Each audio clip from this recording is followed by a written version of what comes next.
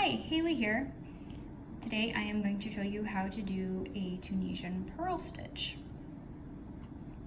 I already have 10 stitches of a foundation row done. If you haven't already watched my video for that, if you need a refresher, you can refer to that one. But just to jump into it, this is what we have. I'm not going to be working into this stitch right here because it's my edge stitch. I'm going to start with this one right here. And this one is a little bit more tricky, and I'm going to try to go slow so I can really demonstrate this for you. Similar to a purl stitch in knitting, the yarn has to be in front. So we're going to go behind the yarn here, and then we're going to catch the vertical bar of the first true stitch.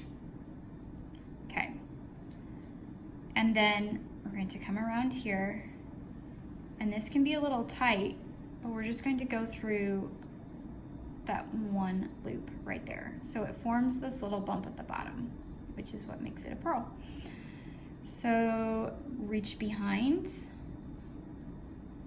into the vertical bar and then wrap. It is really important to wrap in the correct direction, especially with this stitch.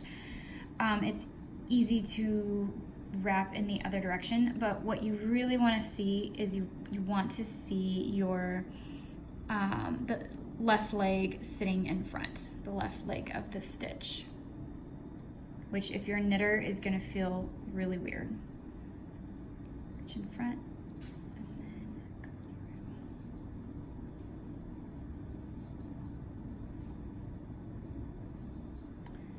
I actually find that this stitch will lie pretty flat. It seems like it's a relatively balanced stitch tension on both sides of the fabric, which makes it nice. I'm gonna go all the way across. Okay, so I'm at 2, 4, 6, 8, 9, so I just have one more to go, and that is my edge. The edge is the same as other edges. I'm gonna go into the middle of that chain that was made at the beginning of the return pass there and pull up a loop. So now we've done our forward pass of the Tunisian purl stitch, and you can see it does look like pearls, they're bumpy. I'm gonna take that stitch marker out, and then starting the return pass, we're going to go through one as a chain for our edge, and I'm going to replace that stitch marker. Stitch markers aren't absolutely necessary, but they can be helpful in the beginning. Oh, except when you split the yarn. That's not good. Let's try that again. Okay.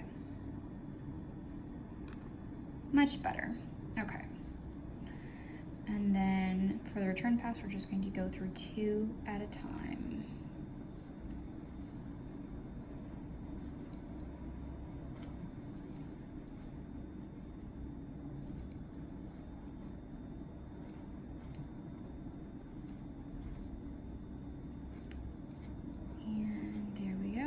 Okay, so that's one row of Tunisian purl stitch.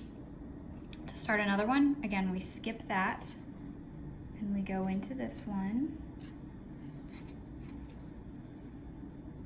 and start working across.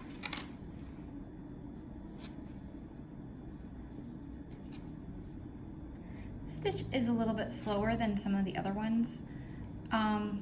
But it is very attractive, and like I said, it doesn't curl like a lot of the others. So I hope you enjoyed, and happy stitching.